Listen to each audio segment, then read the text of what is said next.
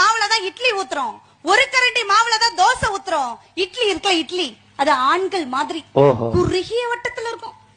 தனக்குன்னு சுயநலத்தோட வாழ்வீங்க. ஆனா தோசை இருக்குல்ல, தோசை அது பெண்கள் மாதிரி பரந்த மனப்பான்மை உள்ளவர்கள் பெண்கள். நடுவர்களே,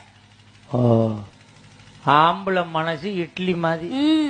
அதாண்டா குத்தி குத்தி பாக்குற ஆளுக வெந்துருச்சான்னு.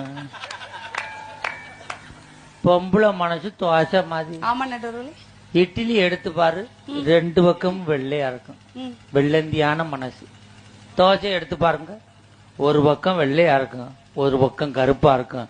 அதுக்கு கேரக்டரை புரிஞ்சுக்கவே முடியாது.